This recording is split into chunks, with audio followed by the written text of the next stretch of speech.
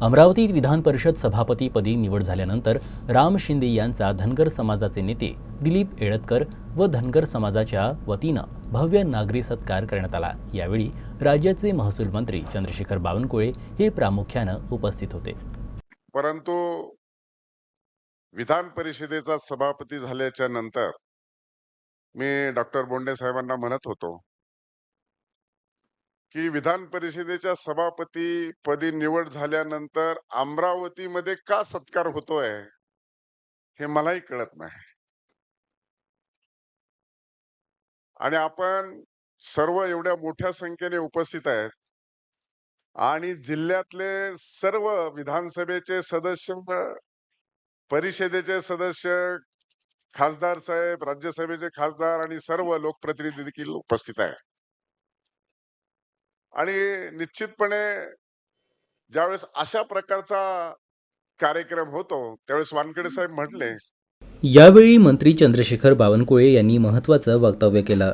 धनगर समाजाला न्याय देण्याकरिता, आरक्षण देण्याकरता राम शिंदेच काफी आहे, तर देवेंद्र फडणवीस हे राम शिंदे यांच्यावर भावाप्रमाणे प्रेम करतात। तसेच राम शिंदे यांना सभापती पद देऊ नये यासाठी कोणी कोणी विरोध केला याची यादीच माझ्याकडे आहे, तर विरोध करणारे यांचे नाव माझ्याकडे येतात, मग मी देवेंद्र फडणवीस त्यांच्याकडे जातो, असं वक्तव्य देखील चंद्रशेखर बावनकुळे यांनी केलं। तर यावेळी राम शिंदे यांनी सत्कारबद्दल उपस्थित धनगर समाजाचे व अमरावतीकरांचे आभार मानले। माझी गरज पडली त्या ठिकाणी वरची शीख माझी आहेत, पण या समाजाला, धनगर समाजाला न्याय देण्याकरता राम शिंदे एकटाच काफी आहे, काही काळाची गरज नाही।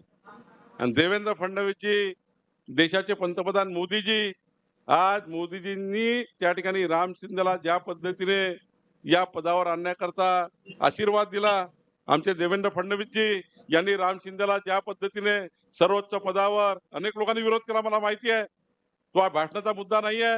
राम शिंदे या पदावर येऊ नये याकरता कोणी कोणी प्रयत्न केले त्याची यादी अध्यक्षाकडे असते।